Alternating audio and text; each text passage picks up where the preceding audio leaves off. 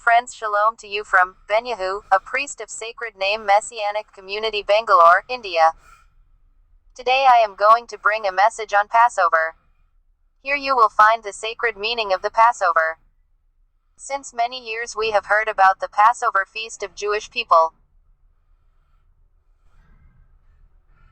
That how Moses delivered the Israelites for the Egypt, and how the angel of death killed the firstborn of the Egyptian people, and how Israelites came out of the bondage, and also how the 10 plagues on the Egyptians, including turning the Nile River red with blood, diseased livestock, boils, hailstorms, and 3 days of darkness, culminating in the slaying of every firstborn son by an avenging angel.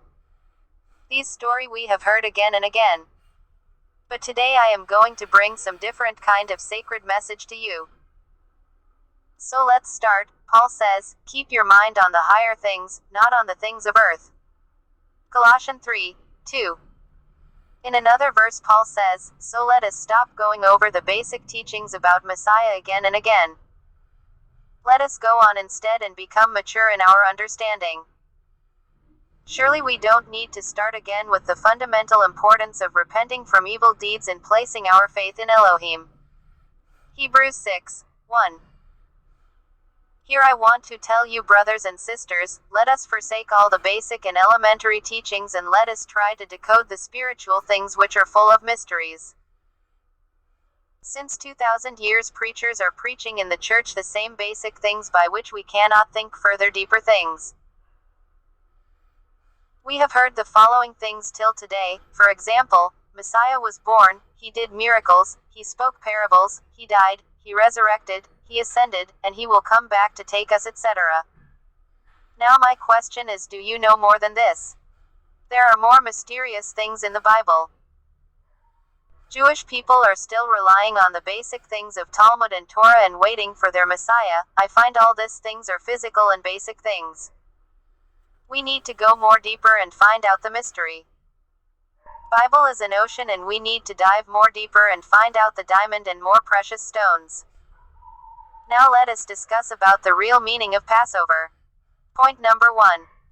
I find that Passover is nothing but independency of people of Elohim.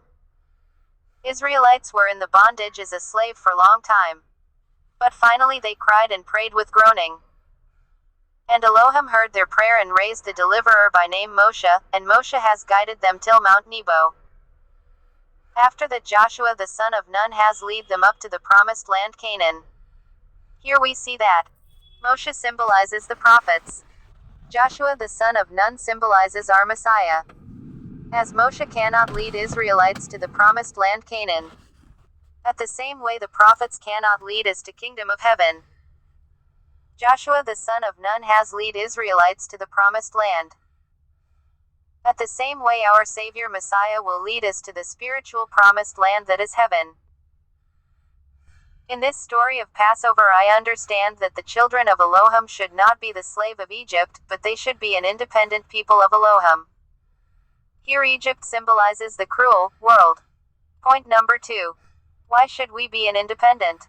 The answer is that we should be able to serve Elohim. That we should be able to celebrate the feasts of Elohim. That we should be able to observe the Shabbat. That we should be able to fulfill the will of the Father in heaven. Our Elohim has given independency to all the Israelites. Today we are the spiritual Israelites and the cruel world is in Egypt, and our promised land is the millennial kingdom, and our spiritual leader is Yahshua our Messiah. We need not follow any prophets, that means no need to follow any human leaders. Today's Christian generation is a hero-worshipping generation. They give more value to these human leaders, but I am warning you that if you are following the human leaders, then you will not reach to the spiritual promised land Canaan, that is the kingdom of heaven. If any believer of our Messiah is not independent, then he is a half-believer. If he is working under human, he cannot obey the commandment of Elohim. On Shabbat also he have to go for work, during feasts also he cannot attend, in any kind of spiritual activities he cannot attend, therefore he is not an independent person. Elohim wants us to be an independent to obey him. Point number 3. Do Christians or Messians need to celebrate Passover? The answer is yes. Why? Because our Savior Yahshua, our Messiah, also has celebrated the Passover. Yahshua said, "I have been very eager to eat this Passover meal with you before my suffering begins." Luke 22:15. If you think that you are following Messiah, then you need to observe the Passover. Because Yahshua took bread, blessed and broke it, and gave it to his apostles, saying, "Take, eat," Matthew 26:26. "This is my body which is given for you, this do in remembrance of me," Luke 22:19. Here I find that our Messiah is teaching his apostles to observe the Passover and making them spiritually independent. After the death and resurrection of our Savior Messiah, they understood that they were made independent both physically and spiritually. They have never gone to work under any human lord. Just they worked full-time for Elohim. I will not speak much, but finally I want to say to you is that the Passover is nothing but to become an independent people of Elohim. Messiah said, "No man can serve two masters, for either he will hate the one, and love the other, or else he will hold to the one, and despise the other." Matthew 6:24. Thank you for listening this message. Yours Brother Benyahu. Bangalore, India. Shalom.